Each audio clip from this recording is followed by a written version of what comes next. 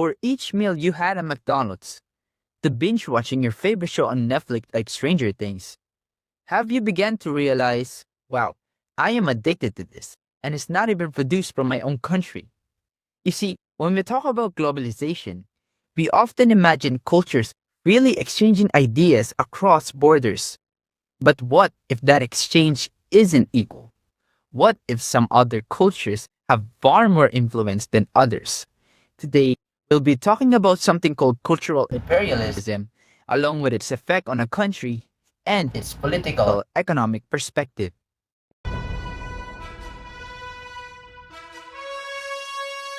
So let's have an example. We'll use the Philippines as our country being heavily influenced. Now we all love movies, shows, and of course, we can't forget about music. Like, come on, you can't tell me you haven't heard of any Chris Brown song. I mean, we got people vibing at Fusion Alley with some random dude selling coconut sherbet. But what do they all have in common? They weren't made in our country, only transferred for us to enjoy, and so much so that we sometimes lean more onto their content rather than ours. You see, instead of direct political control, influence happens subtly through everyday exposure to every form of media. Now, what this means is that media content, primarily from dominating nations, have slowly been shifting to those at the bottom to present their content more than the ones locally being produced. And over time, the dominating culture's lifestyle, beliefs, and worldviews becomes the norm. Now, cultural imperialism can be associated with high developed nations, such as Japan or Korea.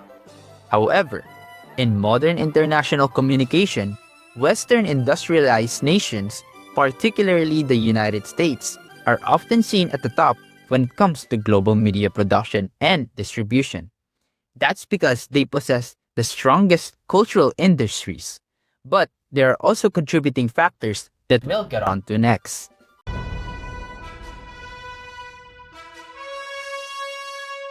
So why does it always feel like their content is usually better than the ones locally being produced? Well, it all falls down to these two factors. First, dominant media sources. See, countries with advanced economies have the resources to produce large-scale, high-budget content that circulates globally. For example, Hollywood films and global streaming platforms distribute Western narratives to millions of viewers worldwide. And while this doesn't technically erase local media, it does still increase the visibility and influence of certain values over others. Next is unequal cultural flow. Now, media is not evenly distributed between countries. It instead flows from economically powerful nations to developing ones. Because of this, it creates an imbalance. Some cultures are consistently represented, while others struggle for global recognition. Cultural influence, therefore, becomes tied to global hierarchies of power.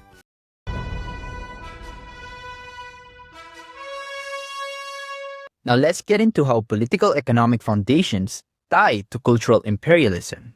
So political economic foundations are material factors that shape communication systems, allowing them to exploit lower nations. Now what this means is media control and political influence by dominant nations impose their cultural values, products, and lifestyles on other nations, which, in turn, makes developing countries dependent on developed countries like the USA. So how do developed nations just send off their content so freely? Well, there are three contributing factors that are tied for a nation to distribute their content successfully across other nations. First is capital and money used by businesses. Wealthier nations and corporations can invest heavily on production, marketing, and global expansion. Large media conglomerates like Disney are able to dominate international markets because of their financial strength. Next, infrastructure, which are advanced technologies like satellite networks, global internet systems, and streaming platforms, allowing cultural content to cross borders instantly. Basically, it's the station where advanced nations are able to put their content into so they can travel to different nations. And finally, we have political control. Governments shape media flows through policies, trade agreements, and regulations that either promote cultural exports or protect local industries.